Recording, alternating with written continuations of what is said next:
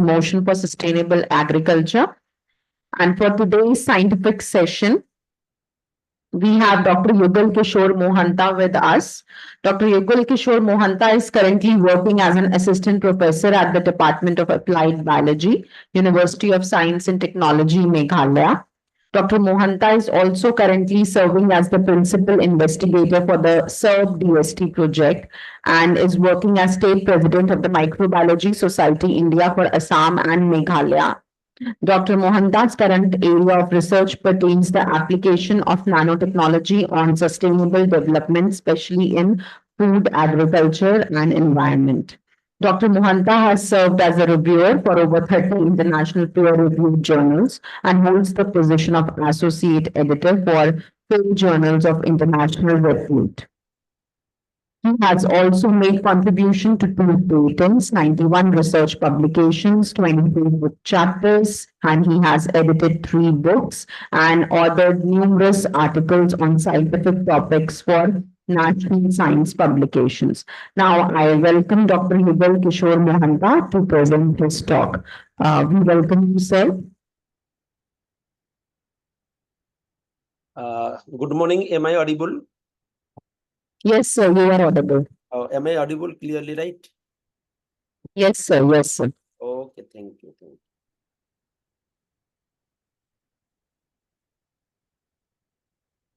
Shall I start, madam?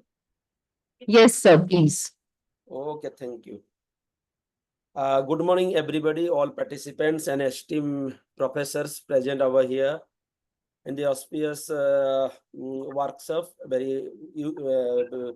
You can say very important topic, important theme, what currently the scenario is really wanting now, and how we can manage and maintain a sustainability in our all type of research, development, and other works also. So this SCRB funded or sponsored workshop on nanotechnology and how nanotechnology is now is beneficial for the sustainable agriculture. You might have gone through many research articles, many review articles, and other different books, how nanotechnology is now a very frontier science, and all we are now moving towards application of nanoscience in day-to-day life also. But thing is that as per the workshop relates towards the sustainable agriculture or plant growth promotion, because all the country all over the world, they are dependent on the agriculture only. The best, main important capital is from agriculture. So always we are trying to develop the agriculture sector, then only we can get a good, means sufficient food. And once we get a sufficient food, then only we can think about the health and other technological advances. So based on the theme of this workshop today, I decided to present my talk on nanofertilizer. Basically, we all know about the fertilizer, and it is not a new science or it is not a new term. From ancient time, we are using fertilizers that may be produced or extracted from your natural resources. Like a very common example, the cow dung. See, today also you are using, and from the very ancient time, more than 1,000, 2,000 years before also, people are using those cow dung.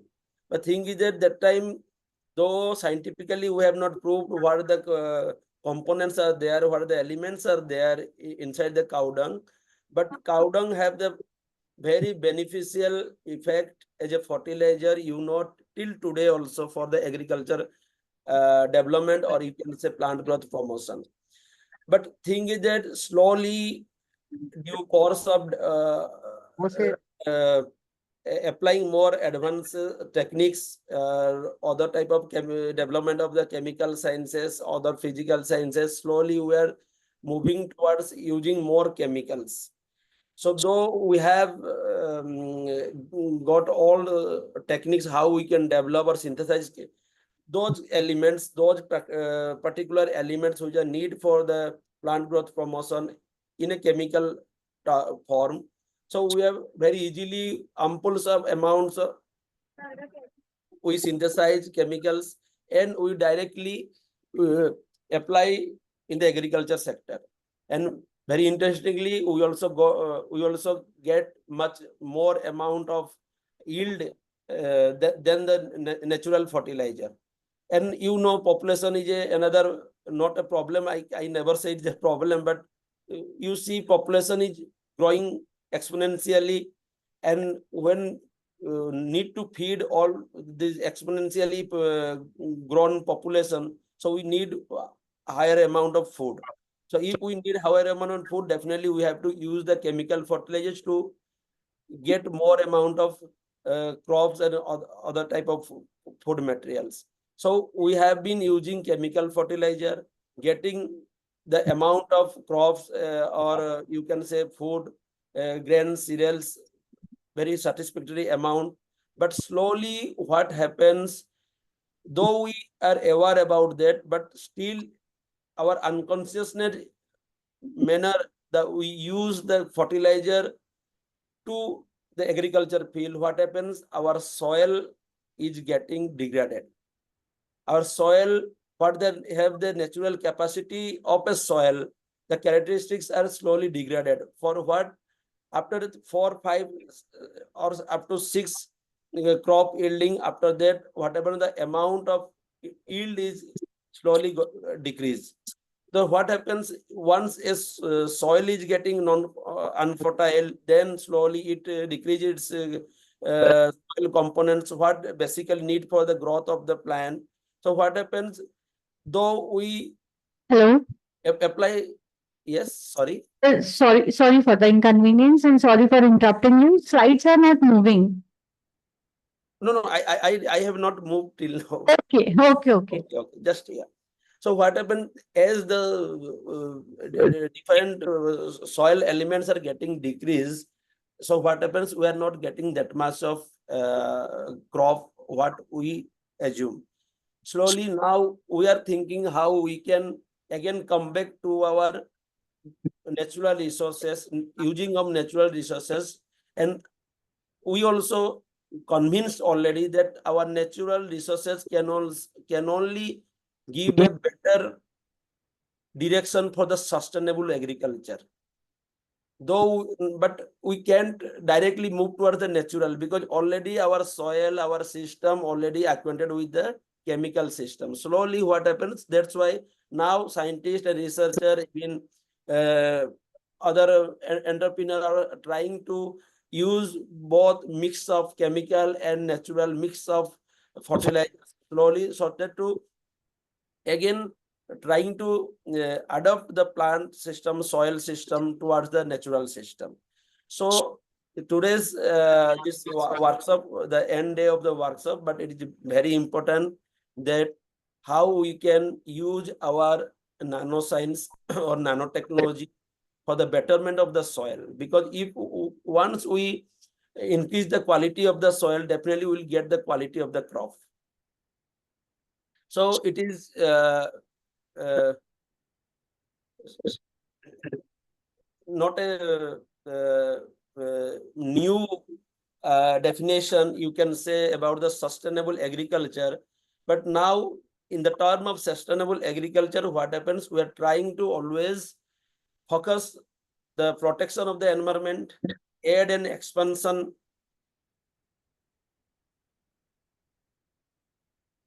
aid and expand the natural resources, and to make the best use of non-renewable resources.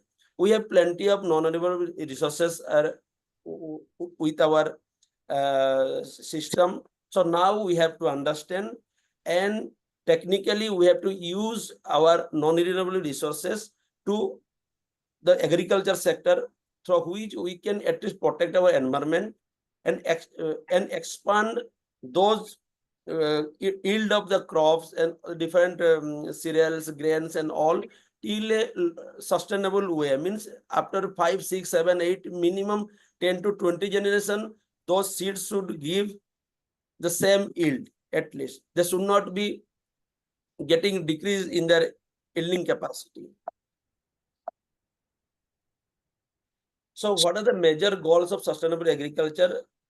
I understand already many talks are already been given here, delivered here, and already in this introduction, you might have gone through many presentations.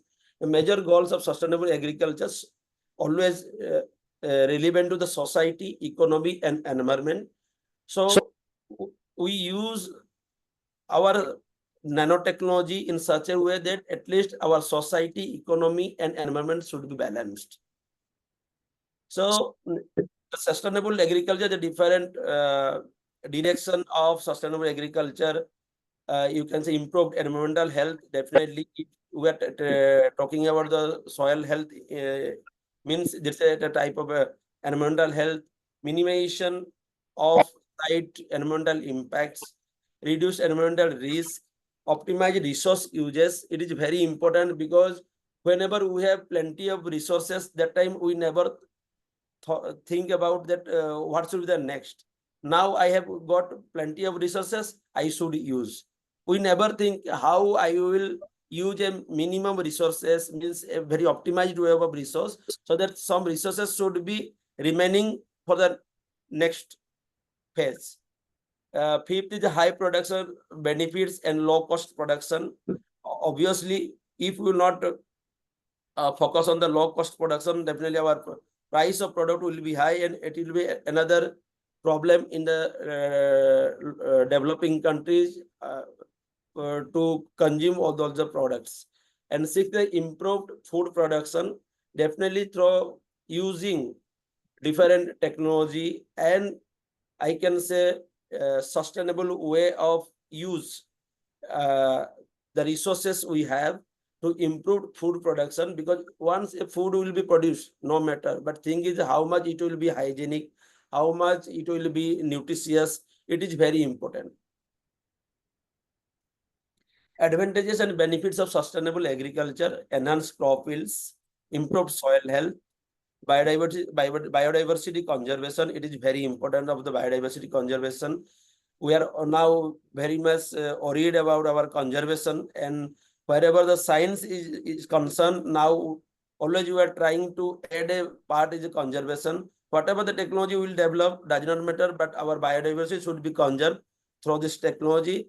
In spite of using many technology, but still we are failed to conserve our biodiversity. Reduced environmental impact, soil carbon sequestration, it is very important. uh, Economic resilience, healthier, safer food, improved water management, because complete agriculture is dependent upon your water management. If there is no water, there is no agriculture, there is no crop yielding. So that water does not mean that in management only we will provide plenty of waters from the outside and watering the plant, and plant will grow very easily and give rise to product. It's not like that. Thing is that how minimum amount of water depends upon the different crops variety. So how our soil can increase the water holding capacity. It is a agronomy field of research is very much important for in this aspect. How our soil is having a good water holding capacity. If water holding capacity will be increased, then only it will give rise a better watering to the plant, and slowly it will give rise a better yield. So as the word already we are discussing from the beginning of this workshop, sustainable development, and really due to what the in the introduction slide I have already told you, due to our unconsciousness, our use of resources, and least concern about the our environment, our biodiversity, and pollution factors. Now United Nations also very much concerned about this, and they have decided 17 sustainable development goals through which we have to work continuously to reverse our earth towards a healthy earth. So these are all the sustainable development goals, 17 sustainable development goals. Different countries are now focusing to work on 17 sustainable development goals. And if you think about the sustainable development goal for the agriculture purpose, then sustainable development 2 is focus on specifically development or sustainable agriculture, how we can produce better food, better crops, better cereals, better for the healthier life. And this SDG 2 or Sustainable Development 2 completely focus on agriculture, sustainable agriculture. And you see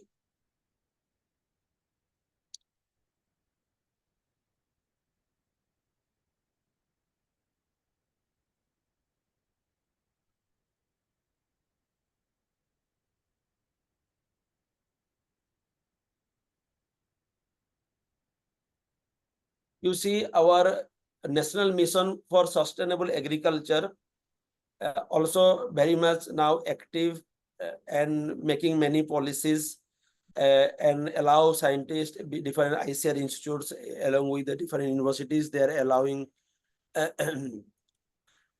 researchers and young minds to work on sustainability. And now organic farming or integrated farming is very famous within us. So we are maximum agriculture or plant biologists, they are moving towards the organic farming or integrated farming. So through which the water use efficiency, soil health management, and the resource conservation can be maintained. And nanotechnology in agriculture, and as I am talking about especially especially in terms of nano fertilizer. So here what happens, we use the same fertilizer components which are helpful for the plant growth in nano form. Nano words only gives you a size that instead of using in a bulk size, we'll use our essential components in nano form, so that in a small platform we can get a huge effect or a huge production.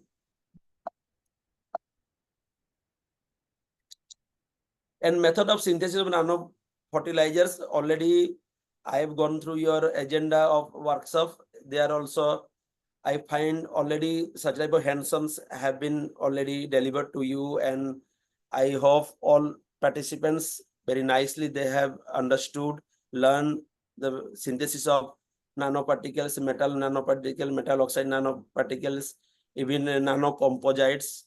And always you will focus on such type of metals and metal oxide nanoparticles, organic or inorganic nanoparticles in a chemical form, where we can get better usefulness as a fertilizer, usefulness as a plant growth promoting agents.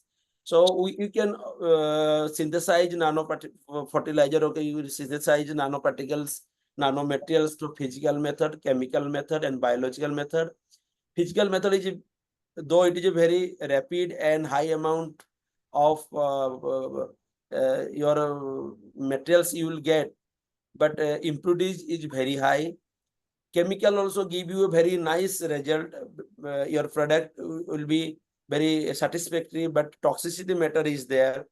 But to avoid these physical and chemical methods, now more than a decade, I can say now research has been moved towards synthesis of nanoparticles by using biological resources. Always we are talking about the eco-friendly, low toxicity, precise controls of size. So we are using plant extract, microorganisms, and their metabolites we are using and synthesize nanoparticles. Yes, though who have already synthesized nanoparticles by using biological methods, they definitely get very low amount, very low amount of nanoparticles, and they have to synthesize for a number of batches will be more to get a sufficient amount of nanoparticles. And synthesis is very slow, because here we are not using any type of external stabilizing or reducing agent for the synthesis of nanoparticles.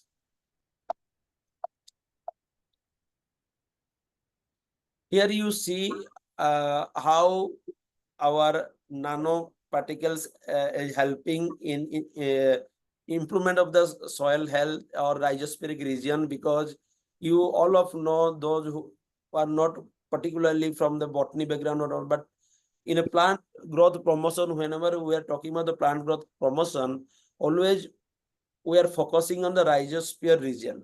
If our rhizosphere region of a plant is healthy, definitely water absorption, nutrition absorption, other hormones, you can say, and other plant growth promoting elements can easily transport to this plant cells, and they will give a appropriate yield in an appropriate time. So here what happens when we're using nanoparticles, sometimes what happens, uh, by using chemical fertilizer for a long time, the soils are getting reduced their activity, enzymatic activity. You can say mobility of the different macronutrients and micronutrients, those also are getting reduced. For what happens, though we are giving same chemical fertilizer further, but that soil has no capacity to even allow those chemical fertilizers to move and mobilize inside the soil, which can give you a better product. So if we are using the chemical fertilizer also, what happens after certain generation, a certain batch of the agriculture, what happens, those particular quality chemical fertilizers also fails to give a appropriate product in a crop yielding. So now what happens, by studying different soil characteristics, soil quality and all, what happens, we are now using different particular metals, metal oxides, inorganic nano form to increase the soil capacity. There were different enzymes are present inside the soil. You can say different microorganisms are present inside the soil to enhance their capacity for their normal activity, what need for a plant growth promotion. Here a schematic presentation how biofertilizers are helpful in control and slow delivery and very appropriate delivery, so that the plants are growing in a very smooth way. And growth of microorganisms, microorganisms are very much important, I can say, in terms of soil health and rhizospheric health. And when we are using nano fertilizers in a sustainable way, so and these are derived from the green synthesis, definitely these will increase the usefulness of the life, means less toxicity. You will get more product and healthier product. Here is a slide just showing you how nanoparticles enter to the plant, and slowly how it will be uptake by the internal plant cells and organs, and slowly they will move inside that, and they will make the plants more healthier, more productive, and more yielding capacity. And sometimes what happens, always does not mean we are using fertilizer and it will only works on the soil, but through the soil, the plant absorb all these nanomaterials to the plant cells, and slowly they will, when they also coming cross talk with different hormonal synthesis, other metabolite synthesis, and there also they have effect very positively towards the growth of a plant. And hormone is a very essential for the plant growth promotion, yielding of leaves, you can say, then fruits, then flower and all. We're using different hormones, and these nanoparticles, when come across with the hormones also, they will increase the effectiveness of the hormones also. These are the very core study, very cellular level of study. I have not gone never done such type of study in my laboratory or in a. So just theoretical, I know what they will give a very nice impact on the hormonal regulations of a plant and give a positive direction towards the growth of the plant. Here, how nanofertilizer increase the soil health, soil nutrition enhancement, protection, and restoration. We have just published a very small paper with a very small work where we have synthesized zinc, your zinc oxide nanoparticles by using some one plant, your plant, and from plant extract we are using your zinc acetate as a precursor, and we are using our plant extract as a reducing and stabilizing agent. And after going to some batches of a reaction, what happens finally we get zinc oxide nanoparticles. Here what we have done, uh, we have tested a chromium toxicity in a mung bean plant, and that what happened, that mung bean plant getting completely unhealthy and by more chromium toxicity. And chromium toxicity is another major problem nowadays. Many heavy metals are giving a toxicity of the soil and hamper the agriculture system. So first what happens, that mung bean plant is treated with the chromium, hexavalent chromium, and we make it unhealthy. Then after the same condition, we are trying to add zinc oxide nanoparticles in the same soil, and slowly what happens, the unhealthy condition slowly convert to the healthy condition, and that mung bean plant getting properly regenerated and properly germinated and getting good healthier plant. Here after synthesize zinc oxide nanoparticles, already characterization part is over in your workshop also. So it is a part of the material science and physical science people, where we have to confirm whether our synthesis is appropriate or not, or whatever the size or property we want, we have modified accordingly or not. So different tools and techniques, they, or you can say instruments, they will give you a appropriate confirmation about your material. So you can use XRD, HRTM, FISM, XPS. You will use through which you can know whether my material is synthesized properly or not. Once you are getting your material in appropriate size and all, then you could go further any biological activity assay. Here we have the same, we have used our zinc oxide nanoparticles, and this germination phase and seedling germination phase, you see how zinc oxide nanoparticles are giving a better effect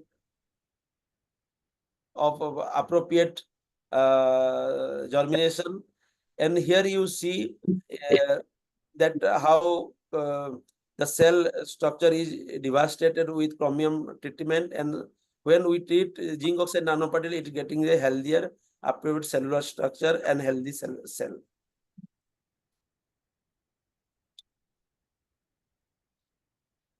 Here some of the other assays we have carried out for any enzyme specific enzymatic activity of that plant, how and your antioxidant capacity of that plant, whether it is decrease or increase, like this after our utilizing or treatment of the zinc oxide nanoparticles.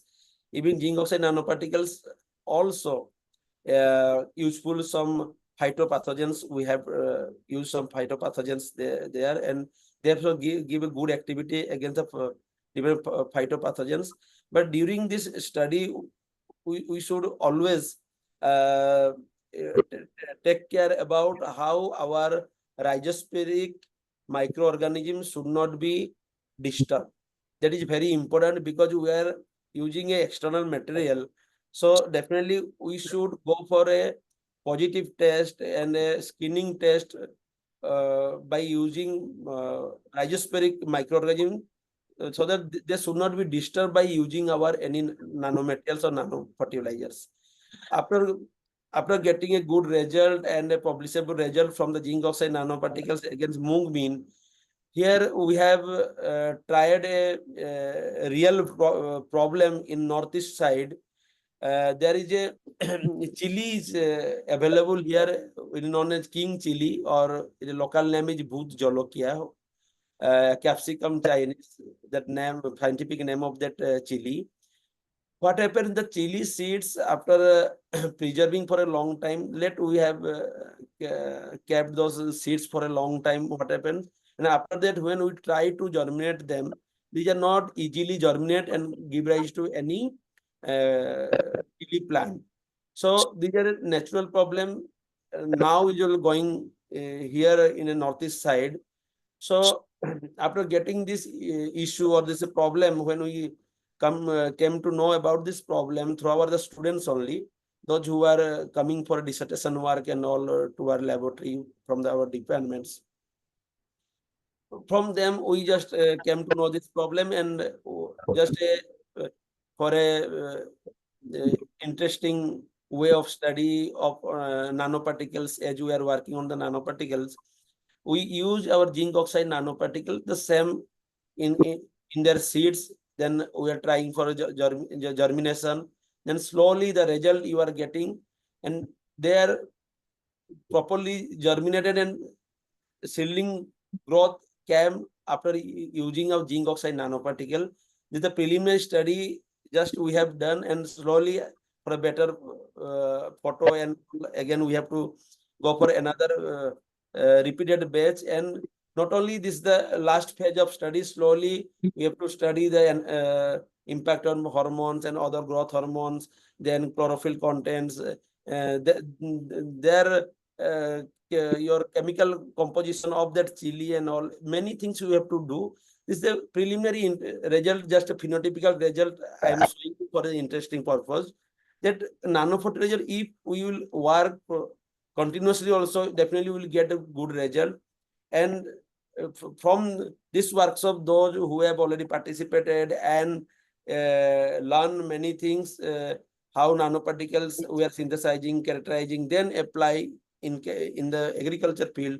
So participants can go to their own lab and they can start such type of small work. And okay, I can agree, it is a long-term study also, because we have to go through the molecular study also. But if you get such type of some small local problems you are finding, and you try to solve, your those type of such agricultural local problems through using by using the nanoparticles, then you will getting the one type of small happiness. Then definitely it will give a better direction towards your further research and study. And you can also convince, or you can suggest other researchers who are in this same field. They can also grow better, and they will give a better solution. Here, some of the studies we have done by taking brinjal plant, tomato, wheat, by using nanoparticles. Here, I have not mentioned the nanoparticle because it's a very preliminary study. So once we completely study, then only I will better to disclose everything. So here you see the number of leaves, size of leaves where we have treated, and this is the control. In tomato plants also you see the control and the treatment of nanoparticles. Here you see the wheat growth also. Here we have used nanoparticles. Here the control. So definitely you will get better result. But we have to go through all parameter study all parameters of all molecular level, genomic level, because before we recommend anything to a public or commercial purpose, definitely we have to study all pros and cons of our product or our material whenever we are using these materials in our especially food crop plants, because wheat, tomato, brinjal we are consuming regularly. So if we are working on that, definitely we have to think this the another aspects also. Here also some photographs I have added here. to just show an interesting part how this treatment of nanoparticle gives a better product. Here, the routing and shooting also you see as per the control. Here also, uh, you will get very nice result in the laboratory condition. Slowly, we have to go through the field and the bigger land. We have to think about the applications. Not only directly we will use the nanoparticles. So, but thing is that for the sustainability, definitely we have to add this nano with some natural biomass, which can be converted as a manure and all, and add our nanoparticles there and make it more useful. This is the paper where we have published a small paper, Biocatalysis Agriculture Biotechnology. Here we have published this chromium phytotoxicity in mung bean plant and how we can solve this issue by using zinc oxide nanoparticles. Here two review articles we have published because before start to work anything we have to go through many literatures what already have been done and all. So one is a nano fertilizer, another is a nanotechnology, a promising tool against phytopathogens. So once we have reviewed and published that, now we are getting interest because we can't say ourselves already we are expert. Now also I am learning and I am myself involving in many works because it is a very long term science. Because when you are using or applying any materials, anything towards the agriculture, because agriculture is completely sustainable already, though through our means unconscious use of materials and our technology, now we are getting a deprived agriculture system. But agriculture will never be died. Agriculture is the only solve for all of us. So we have to taking care our agriculture system through soil and different elements in a positive way. So when we are thinking about this agriculture, so our nano, so as we have belongs to nano field or nanotechnology, we are working. So we are always think about this, such type of directions for new projects and small local problems, how we can solve through our small nano product. Here some other publications we have published in such type of all good journals from our laboratory. And here one book we have edited also very recently in August. It is actually it is published because sometimes we need a network and very good communications with good researcher, good enthusiastic young minds. That's why this book when we are editing any books, it gives us a good opportunity to come across with many people's interacting with them through ideas and all, and we're working together also. And now as where my laboratory is funded by DST SCRB, so definitely it is our funding agents should be acknowledged, and our University of Science and Technology Meghalaya has given the platform and all infrastructural facilities to carrying out all small works here. And this is a entrance of University of Science and Technology Meghalaya. It is situated at top of a hill, and you know Meghalaya is full of hills only. So we have to destroy the biodiversity, and we have established the university. This is the thing. But sometimes we for the better vision and mission, we have to do such type of things. But slowly, what happens, we are aware about the nature and all, and we have made our university completely green campus, and national and international awardee also for developing green campus, this USTM. You might have seen how the green campus, our USTM. Here we are trying our small works because Meghalaya is another part where we're very constant of electricity and all, but still the ample of biodiversity, scope, and you can say resources is very rich. What attract us for working in Northeast? thank you. So it is all about my presentation, and thank you organizer Dr. Manpreet and Dr. Monica Gupta. They have invited me for a long back when they have planned for this organizing this workshop. And literally, I am saying I'm really happy. Though I'm not a good speaker, I'm a good listener always. Still, I am learning.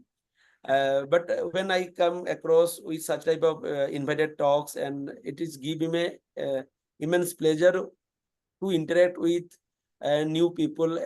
And now I'm happy that I'm at least associated with MET University. And fortunately, I can just add another point. Already, USTM has a MOU with MET University Uttar Pradesh. Later, I came to know when I decided that I will go for a talk in MET University, and when I contacted our IQSC, and they have told no, already MET University has a MOU with USTM, so it is another positive aspect that MOU implementation is there when we are interacting each other and participating any workshop or a conference. Thank you. Thank you, sir. And thank you for making us aware about the current ongoing research and development on nano fertilizers. And who said that you are not a good speaker? You are indeed a very good speaker. So now it's time for questions. Anybody who wants to ask anything, you can ask your questions.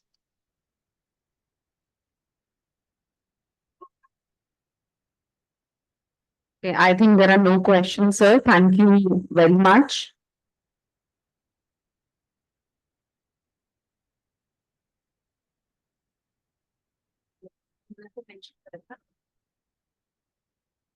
Hello. Dr. Manpreet, Dr. Monica, morning. Dr. Manpreet is here. Good morning. Good morning, sir. Thank you so much. Good morning. Good morning. Thank you, you all, because at least you have given me an opportunity to speak in your workshop. Thank you so much, sir. It's our privilege. Thank you so much. Even we should not forget Dr. Ramesh also. Yes, yes, yes. Yesterday he came in our Yeah, workshop. yeah, we are all working together every day. We are on chat and all, and we are both were working some literatures and books also, both Oh, of us. okay. Thank you so much, sir. Thank you. Okay, sir. Thank you. Thank you. Thank you. Now I request all the participants to please proceed to E3 fourth floor for the networking tea. And after that, you'll have your hands-on and demonstration session followed by the lunch. Okay, fine. Thank you.